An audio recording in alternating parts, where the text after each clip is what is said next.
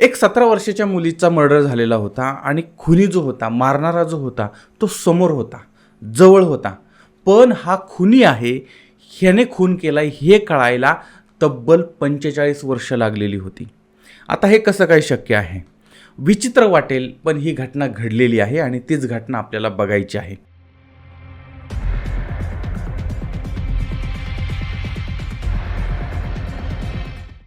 त्यासाठी आपल्याला जायचं आहे अमेरिकेमध्ये. म्हणजे ही विचित्र घटना अमेरिकेत घडलेली आहे. अमेरिकेमधील कॅलिफोर्निया शहर आहे आणि साल आहे 1979 म्हणजे 79 आणि म्हणजे साधारणपणे 45 वर्षापूर्वी घडलेली ही घटना. कॅलिफोर्निया या ठिकाणचं लॉस एंजेलिस हे शहर आहे आणि या ठिकाणी एक परिवार राहतो आहे. त्या परिवारात एक 17 वर्षाची मुलगी आहे. तिचं नाव आहे एस्थर गोन्झालेस आणि तिचं वय 17 वर्षाचं आहे आणि तिला एक आई आहे, एक बाप आहे. कारण तिकडं आपल्याकडं आईवडील एकच असतात बहुतेक वेळा, पण तिकडं अनेक असू शकतात. तर पण एक आई होती, एक वडील होते. त्यानंतर तिला 3 मोठी भावंडं होती, 3 छोटी भावंडं होती. अशा 7 भावंडामध्ये ही चौथी होती आणि हे 7 आणि ते 2 असा 9 जणांचा यांचा परिवार होता. आता एस्टर जी आहे, एस्तर ती अत्यंत लाजाळू होती, अत्यंत हुशार होती, अत्यंत देखणी होती. अशा पद्धतीची गुणी मुलगी होती आणि यांचा परिवार जो आहे तो सुखी होता, समृद्ध होता आणि चांगला होता. अशा पद्धतीनं आपलं काम भलं, आपण भलं असं त्यांचं जीवन होतं, असं त्यांचं आयुष्य होतं, असं त्यांचं कुटुंब होतं. कुणाच्या आद्यात नाही, कुणाच्या मध्यात नाही. अनेक वर्षापासून यांचा सुखानं संसार चाललेला होता. आता यांची एक मोठी मुलगी जी आहे एलिझाबेथ, तर एलिझाबेथचं लग्न झालेलं होतं आणि कॅलिफोर्निया या ठिकाणचं बॅर्निंग हा जो भाग आहे, आता त्याचं उच्चारण नक्की काय आहे, पण ते जे शहर आहे तर त्या शहरामध्ये ती नांदायला गेली होती. तिचं लग्न त्या म्हणजे नवऱ्याबरोबर ती ती नवरा आणि तिचे परिवार जो आहे त्यांच्याबरोबर तिकडं ती नांदत होती, राहत होती. आणि इकडं लॉस एंजेलिसमध्ये ही 17 वर्षाची एस्तर ही आपल्या आईवडील आणि भावांबरोबर, ती बहिणींबरोबर राहत होती आणि तिचं शिक्षण वगैरे चाललेलं होतं. सगळं काही नीट चाललं होतं, सुरळीत चाललं होतं असं वाटत होतं. तारीख आहे 10 फेब्रुवारी 1979. 17 वर्षाची एस्तर जी आहे तिला तिच्या मोठ्या बहिणीकडे जायचं होतं. आता घरातनं ती एकटी निघाली. आता ही 17 वर्षाची होती म्हणजे तिला चांगलं कळत होतं. घरातनं बाहेर पडली. आता घरापासून बहिणीचं घर हे जे अंतर आहे ते जवळजवळ 137 किलोमीटर आहे. म्हणजे जवळजवळ 125 ते 150 किलोमीटरच्या आसपासचं आहे. आता ही जी तरुण मुलगी आहे ती मुलगी घरातनं बाहेर पडली आणि बहिणीच्या घरी निघाली, पण ती घरी पोहोचली नाही. आता ती पोहोचली नाही. आता ज्यावेळेस मग त्या आईवडिलांनी त्या बहिणीशी कॉन्टॅक्ट केलं की ती आली का म्हणून, तर ती आलेली नव्हती. आणि हे ज्यावेळेस समोर आलं त्यावेळेस मात्र तिचे पालक असतील, बहीण असतील, बाकीचे नातेवाईक असतील, सगळे काळजीमध्ये पडले, चिंतेमध्ये पडले, मुलगी गायब झाली कुठं. मग त्यांनी प्रत्येक ठिकाणी त्या मुलीचा शोध घेतला, पण त्याचा काही उपयोग झाला नाही. सगळीकडे शोधलं, नातेवाईक, मित्रमंडळी वगैरे वगैरे वगैरे, पण काय तसा तपास लागला नाही. तिचा काहीच ठाव ठिकाणा लागला नाही. आणि त्याच दिवशी म्हणजे 10 फेब्रुवारी 1979 म्हणजे 79 रोजी एका व्यक्तीचा पोलिसांना फोन आला. त्यानं आपलं नाव लुईस रँडी विल्यमसन अशा पद्धतीनं सांगितलं होतं. म्हणजे आता इथून पुढं आपण त्याचं नाव लुईस असं धरू. तर लुईसचा फोन आला होता आणि त्यानं पोलिसांना जी माहिती दिली होती ती धक्कादायक होती. म्हणजे रिव्हरसाईड काउंटीजवळ एक रिव्हरसाईड काउंटी नावाचा भाग आहे. त्या भागाच्या जवळ महामार्गाच्या बाजूला बर्फाच्या ढिगाऱ्यामध्ये एक डेड बॉडी पडलेली होती. आता ही माहिती मिळाली कॅलिफोर्निया पोलिसांना. त्यानंतर पोलीस त्या ठिकाणी पोहोचले. तर तो जो लुईस आहे तो त्या ठिकाणीच उभा होता आणि त्यानं सांगितलं की तो त्याच्या गाडीनं बॅर्निंग या बाजूला जात होता. त्यावेळेस जाताना त्याला हा मृतदेह दिसलेला आहे आणि पोलिसांनी तो मृतदेह बर्फाच्या ढिगाऱ्यातनं बाहेर काढला. मृतदेह अत्यंत छिन्न विछिन्न अवस्थेमध्ये होता आणि तो असा होता की तो महिलेचा आहे की पुरुषाचा आहे हे सुद्धा कळायला मार्ग नव्हता. म्हणजे अशा पद्धतीनं ती डेड बॉडी म्हणजे हत्या करण्यात आलेली होती. आता त्याच्यामुळे पोलिसांना असा अंदाज आला होता की आता अत्यंत भयंकर अशा पद्धतीचा हा खुनी असेल की ज्यानं ही अवस्था या तरुणीची केलेली होती. फॉरेन्सिक पथक त्या ठिकाणी दाखल झालं, डॉग स्क्वॉड वगैरे आलेले आहेत, वरिष्ठ पोलीस अधिकारी आलेले आहेत. त्यानंतर तपासाला सुरुवात झालेली आहे. सगळ्यात आधी मृतदेह कोणाचा आणि त्याची ओळख पटवायला सुरुवात झाली होती. मृतदेह ताब्यात घेतलेला होता. अज्ञात व्यक्तीच्या विरोधात गुन्हा दाखल केलेला होता. तपासाला सुरुवात झालेली होती. लुईसचा जो आहे तो नोंदवलेला होता. कायदेशीर प्रक्रिया सुरुवात झालेली होती. आता पोलिसांना प्राथमिक अंदाज असा होता की मृतदेह हा तरुणीचा असावा. तिचं वय साधारणपणे 20 वर्षाचं असावं आणि फॉरेन्सिक टीम वगैरेंनी अनेक चाचण्या घेतलेल्या होत्या. याच्यामधून एक धक्कादायक बाब समोर आली होती. ती म्हणजे मयत तरुणीच्या शरीरामध्ये वीर्य सापडलेलं होतं आणि त्यामुळे तिच्यावरती अत्याचार करून तिची क्रूर हत्या करण्यात आल्याचा संशय पोलिसांना येत होता किंवा अशी माहिती समोर येत होती. पण तरी प्रश्न होता की ही तरुणी कोण आहे आणि हिची हत्या कोणी केली असेल, का केली असेल. आणि हे सगळे प्रश्न होते. त्याचे उत्तरं शोधायचा प्रयत्न पोलिसांनी सुरू केला होता, पण पुरावा काहीही नव्हता. घटनास्थळी ओळख पटेल किंवा आरोपीबद्दल काही पुरावा सापडेल असं काहीही मिळालेलं नव्हतं आणि त्यामुळे ही केस ब्लाइंड मर्डर म्हणून समोर आली होती आणि याचा तपास करणं अवघड होतं. पोलिसांना आता पहिला संशय जो आला तो होता ज्या व्यक्तीनं ही माहिती दिली त्याच्यावरती, लुईसवरती. लुईसची पोलिसांनी चौकशी केली. त्यावेळेस त्यानंच अगोदर ही बॉडी बघितली होती, त्यामुळे तो संशयाच्या भोवऱ्यामध्ये होता आणि त्यानं सांगितलं की तो अमेरिकेमध्ये मरीन फोर्समध्ये कामाला आहे आणि तो एक आर्मी ऑफिसर आहे. आणि पोलिसांनी मग सगळ्या अँगलने तपास केला. तो कुठून आला, काय आला, त्यानंतर बाकी काही पुरावे सापडत आहेत का, ह्याचा सगळा तपास केला. पण तपासात काहीच निष्पन्न झालेलं नव्हतं आणि त्यानंतर मग तो जो लुईस आहे त्या लुईसची पॉलिग्राफ चाचणी जी आहे ती करायचा निर्णय पोलिसांनी घेतलेला होता आणि ती चाचणी करायला सुरुवात झाली. म्हणजे पोलिसांनी त्याच्या अनेक चाचण्या केलेल्या होत्या, पण त्याच्यात काही निष्पन्न झालेलं नव्हतं आणि कोणताही पुरावा मिळाला नाही आणि त्यामुळे लुईसला त्यांनी निर्दोष सोडलेलं होतं. कारण पुरावाच नाही, त्यामुळे करणार काय. मात्र त्यावेळेस पोलिसांनी लुईसची DNA चाचणी जी आहे ती केलेली होती किंवा त्याचा DNA घेऊन ठेवलेला होता, पण तो निर्दोष सुटलेला होता आणि त्याच्यामुळे त्याच्या पुढच्या चाचण्या ज्या आहेत त्या झालेल्या नव्हत्या. आता वीर्याचे नमुनेसुद्धा पोलिसांनी घेतले आणि अनेक दशकापासून राष्ट्रीय संयुक्त DNA इंडेक्स सिस्टम म्हणजेच CODIS याच्यामध्ये ते ठेवलेले होते आणि ते पडून होते. पोलिसांनी हल्ल्याचा, दरोड्याचा, वेगवेगळ्या पद्धतीनं म्हणजे का खून झाला असेल याचा तपास केला होता, परंतु तरी पण काही पुरावा मिळाला नाही.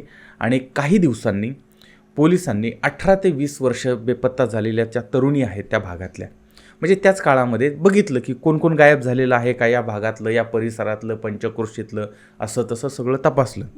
त्यावेळेस त्यांना समजलं की 17 वर्षाची एस्थर गोन्झालेस नावाची एक तरुणी बेपत्ता झालेली आहे आणि ती तरुणी याच रस्त्याने म्हणजेच रिव्हरसाईड काउंटीपासून महामार्गावरूनच बॅर्निंग या भागामध्ये शहरामध्ये जाणार होते. ही माहिती पोलिसांना मिळाली आणि मग पोलिसांनी त्या तरुणीच्या पालकांशी संपर्क साधला आणि त्यांना सांगितलं की एका तरुणीची डेड बॉडी सापडलेली आहे. त्यामुळे ती डेड बॉडी बघायला मग त्या घरच्यांना बोलवलं आणि मृतदेह त्यांनी बघितला, पण इतका विछिन्न अवस्थेमध्ये, छिन्न अवस्थेमध्ये, विदीर्ण अवस्थेमध्ये, विदारक अवस्थेमध्ये, भयंकर अवस्थेमध्ये तो मृतदेह होता की हे स्पष्टच होत नव्हतं की नक्की तरुण आहे का तरुणी आहे, पुरुष आहे का स्त्री आहे. एवढंच नाही तर ती आपली मुलगी आहे की नाही हे सुद्धा त्यांना कळत नव्हतं. आणि त्याच्यामुळे मग पोलिसांनी ठरवलं, म्हटले आता ह्याची DNA चाचणी करूया. आणि त्यानंतर वडिलांचा DNA त्या मुलीबरोबर ती मॅच झाला आणि अखेर शेवटी तो मृतदेह कोणाचा होता ती माहिती कळली होती.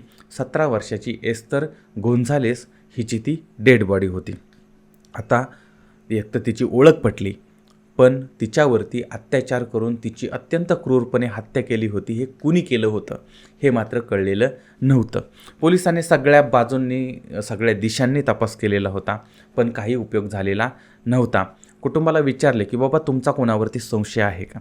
त्यावेळेस त्यांनीसुद्धा कोणाशी आमचं वैर नाही, कोणाशी दुश्मनी नाही, आमचं कोणी म्हणजे कोणाच्या आद्यात नाही, मध्यात नाही, आम्ही जर कोणाचं वाईट केलं नाही तर आमचं तरी कशाला कोण वाईट करेल असं त्या परिवाराला वाटत होतं आणि त्यामुळे कोणाशी वाद वगैरे नाही असं त्यांनी सांगितलेलं होतं. आणि याच्यामुळे एकतर म्हणजे काहीच पुरावा सापडेना आणि त्याच्यामुळे हळूहळू तपास जो आहे तो मंदावत चाललेला होता, मंद होत चाललेला होता. आणि ज्यावेळेस एखादा दिवा मंद होत चालतो याचा अर्थ तो बंद होणार हे सुद्धा आपण लक्षात घ्यायचं असतं. आणि तसंच झालं. या ठिकाणी सखोल तपास केला, अनेक महिने केला, अनेक वर्ष केला, पण काही पुरावा मिळाला नाही. हळूहळू सगळं बंद होत गेलं आणि हे प्रकरण हे म्हणजे बंदबस्त्यामध्ये गेलेलं आहे. आता 17 वर्षाच्या या तरुणीची हत्या कुणी केली होती काही कळलेलं नव्हतं. मारेकरी मोकाट होता आणि मारेकरी साधासुद्धा नव्हता. त्यानं तिच्यावर अत्याचार केलेला होता आणि अत्यंत भयंकर मृत्यू तिला दिलेला होता. आणि या सगळ्या काळामध्ये वरिष्ठ अधिकारी जे आहेत, पोलीस जे आहेत, त्यांच्या बदल्या होत होत्या, नवीन येत होते, जुने जात होते, जुने येत अमकं तमकं असं सगळं चाललेलं होतं. पण काहीही या गोष्टीमध्ये फरक पडत नव्हता. ते तपास काय चाललेला नव्हता आणि हे प्रकरण आता बंद झालेलं होतं. अशा पद्धतीनं 2014पर्यंत चाललेलं होतं, तरीसुद्धा काही त्याच्यामध्ये ग्रोथ झालेली नव्हती. 2014मध्ये पोलिसांना समजलं की या प्रकरणातला लुईस जो आहे तो लुईस मेलेला आहे, मरण पावलेला आहे. आता याची माहिती पोलिसांना मिळाल्यानंतर पोलीस त्याच्या घरी गेले होते आणि पोलिसांचा त्याच्यावरती पहिल्यापासूनच संशय होता, पण काही पुरावा मिळालेला नव्हता. आणि त्याच्यामुळे मग पोलिसांनी आता तो तर एक्सपायर झाला होता आणि त्याच्या अगोदरच म्हणजे ज्यावेळेस ती घटना घडली, ज्यावेळेस तो खून झाला होता, बलात्कार झाला होता, त्यावेळेस म्हणजे 1979-79मध्येच ती DNA त्याची टेस्ट वगैरे घेतलेली होती. तर मग पोलिसांनी ठरवलं की आपण त्याचीसुद्धा टेस्ट करून बघूया. आणि मग DNAचे नमुने जे आहेत ते टेक्सास या ठिकाणच्या प्रयोगशाळेमध्ये पाठवले आणि पीडित मुलीचेसुद्धा नमुने जे होते DNAचे ते घेतलेले होते. ते दोघांचे DNA तपासले आणि ते DNA जुळले गेले. आणि त्यानंतर जो रिपोर्ट आला तो धक्कादायक होता. याने पोलीससुद्धा चक्रावले होते, कारण या प्रकरणामध्ये लुईस हाच गुन्हेगार होता ही खात्री पोलिसांना पटली होती. आणि जो पोलिसांच्या नजरेच्या समोर होता, ज्यानं स्वतः पोलिसांना माहिती दिलेली होती आणि तोच या सगळ्याचा मास्टरमाइंड होता, तोच या सगळ्याचा आरोपी होता. तब्बल 40-45 वर्षांनंतर तो समोर आलेला होता. पण तोपर्यंत हा प्राणी जिवंत नव्हता, तो मेलेला होता. पण हा प्राणी पोलिसांपासून वाचला कसा? तर आता आपण 40-45 वर्षापूर्वी जाऊया. तर ती एस्थर जी आहे ती बहिणीकडे निघालेली होती आणि रिव्हरसाईड काउंटीजवळ महामार्गावरती प्रवास ती करत होती. त्यावेळेस हा जो आर्मी ऑफिसर आहे लुईस, हा तिला भेटलेला होता आणि ह्याची गाडी होती, त्यामुळे ह्यानं तिला लिफ्ट दिली. लिफ्ट दिल्यानंतर त्यांच्यामध्ये बोलाचाली सुरू झाली. आता ही तरुणी म्हणजे आता 17 वर्षाच्या, आपल्याकडं तर म्हणतात 16वं वरीस धोक्याचं, ते तर 17वं वरीस होतं, म्हणजे ते तर अजून धोक्याचं वय होतं. आणि त्याच्यामुळे मग हा जो लुईस आहे तो तिच्याकडे आकर्षित झालेला होता आणि त्याच्या मनात, आता मुलगी शेजारी बसली गाडीमध्ये आणि हा गाडी चालवतो आहे आणि तिचं सौंदर्य बघून हा तिच्याकडे आकर्षित होतो आहे आणि मनामध्ये त्याच्या चित्रविचित्र वाईट विचार यायला सुरुवात होतात. आता प्रवास जो आहे तो दूरचा होता आणि यावेळेस या प्रवासामध्ये त्यानं एका निर्जन स्थळी त्याची गाडी थांबवली आणि त्या तरुणी आता एकटी होती आणि त्याच्यातही केवळ 17 वर्षाची होती. बघा, हा आर्मी ऑफिसर आहे आणि ती केवळ 17 वर्षाची आहे. त्यामुळे यांच्यामध्ये जी झटापट झाली त्या झटापटामध्ये शेवटी त्या नराधामाचाच सरशी होणार होते आणि त्यानं स्वतःची वासना त्या ठिकाणी पूर्ती करून घेतली किंवा त्यानं तिच्यावरती अत्याचार केला. पण एवढ्यावरती हा नराधम थांबला नाही. त्यानं तिला जबर मारहाण केली आणि तिच्या शरीराची इतकी छिन्नविछिन्न अवस्था केली की ती स्त्री एका पुरुष हे सुद्धा कळू नये. त्यानंतर ती जी बॉडी आहे ती महामार्गाच्या कडेला बर्फाच्या ढिगाऱ्यामध्ये टाकून दिली आणि नंतर शांत डोक्याने विचार केला की आता काय करायचं. त्यानंतर त्यानं स्वतः पोलिसांना फोन केला. त्यानंतर इथं बॉडी पडलेली आहे, मी गाडीवरून चाललो होतो, तिथं बॉडी दिसली म्हणून मी थांबवलं, मी किती चांगला नागरिक आहे, आदर्श जागरूक नागरिक आहे वगैरे दाखवण्याचा त्यानं प्रयत्न केलेला होता. आणि त्याच्यानंतर मग पोलीस तिथं आलेत आणि पोलिसांना मग जरी त्याच्यावरती संशय होता तरीसुद्धा मग जर तोच खुनी असेल तर तो स्वतः का सांगेल असं त्यांना वाटत होतं. आणि त्यामुळे जरी तो संशय आला त्याचा DNAचा, तरी पण जास्त पुढची जी तपासणी होती ती तपासणी पोलिसांनी केलेली नव्हती. पण 2014 नंतर तो लुईस मेला आणि तो मेल्यानंतर मग पोलिसांनी नंतरही अनेक वर्षानंतर त्यांनी म्हणजे जवळजवळ 40-45 वर्षानंतर त्यांनी असं विचार केला की चला आपण एक टेस्ट करूया, कारण आता DNAची टेस्ट जी आहे ती पूर्वीच्या काळापेक्षा आत्ता सोपी झालेली होती आणि त्यामुळे त्यांनी DNA टेस्ट केली आणि गुन्हा उघडकीस आलेला होता. गुन्हा उघड झाला, पण हा उघड झाला त्याचा त्या पीडितेला न्याय मिळाला का? नाही. बरं, त्या नराधामाला शिक्षा मिळाली का? नाही मिळाली. म्हणजे शेवटी उशिरा मिळालेला न्याय हा अन्यायापेक्षाही भयंकर होता. आणि दुर्दैवाने म्हणावं लागेल की 40-45 वर्षापूर्वी झालेला जो अत्याचार होता तो एकदाच तिच्यावरती अत्याचार झाला, एकदाच तिचा खून झाला, पण त्याच्यानंतर 40-45 वर्ष मात्र तो अत्याचार ही जी सिस्टीम आहे ती सिस्टीम तिच्यावरती करत होते आणि जिवंतपणे तिला यातना झालेल्याच होत्या. मरतानासुद्धा ती तडफडून गेलेलीच होती आणि मेल्यानंतरसुद्धा या वेदना तिला सहन कराव्या लागल्या होत्या. याबद्दल तुमचं काय मत आहे? पुन्हा भेटूया पुढच्या भागामध्ये. धन्यवाद.